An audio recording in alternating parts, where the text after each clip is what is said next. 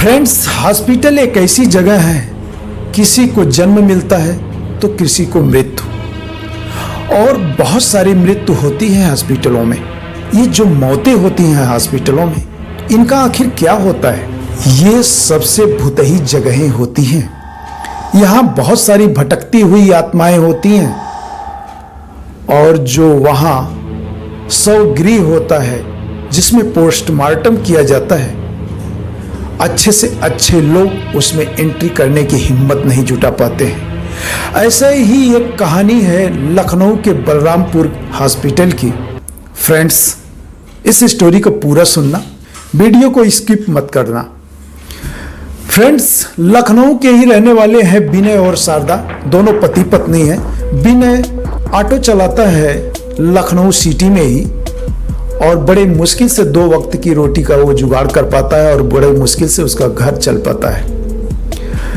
और उसकी पत्नी शारदा को डिलीवरी होने वाली थी, और एक शाम को विनय को फोन जाता है कि विनय, तुम जल्दी से ऑटो लेकर आ जाओ, शारदा की तबीयत बहुत खराब है, हमें इसे हॉस्पिटल में कहीं एडमिट करना होगा।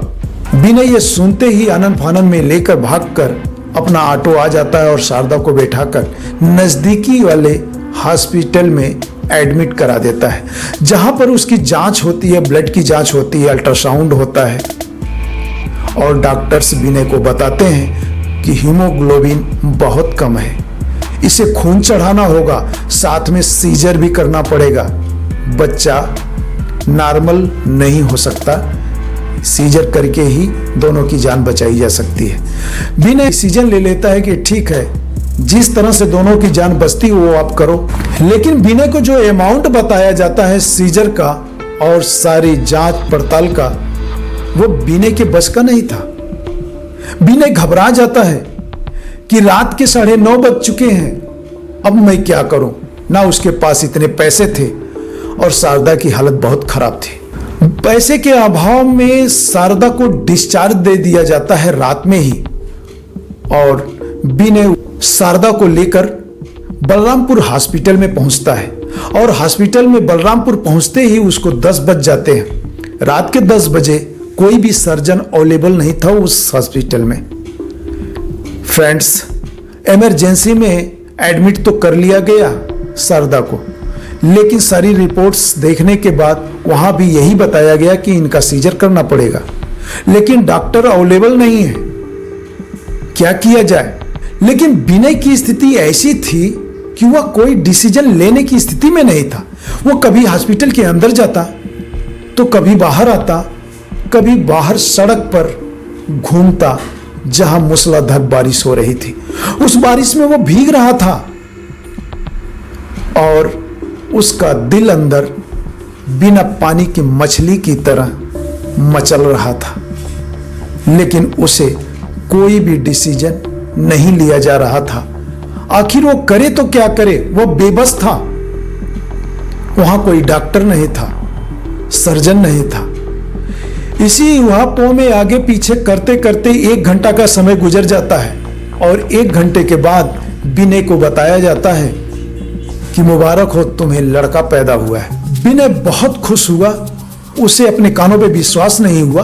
वो भागकर जब गया शारदा के पास तो देखा कि शारदा का सीजर हो चुका है, और वहां का स्टाफ बताता है कि डॉक्टर आए और इस सीजर को किए, दोनों की जान माल बच गई है।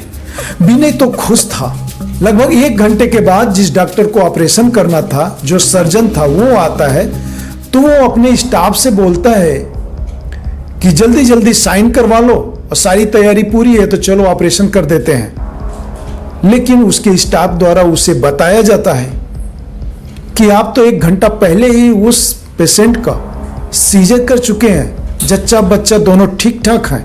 डॉक्टर वहीं बैठ गया और अपने हाथों से अपना सिर पकड़ लिया कि मैं तो अभी आ रहा हूं, 1 घंटा पहले किसने सीजर कर दिया?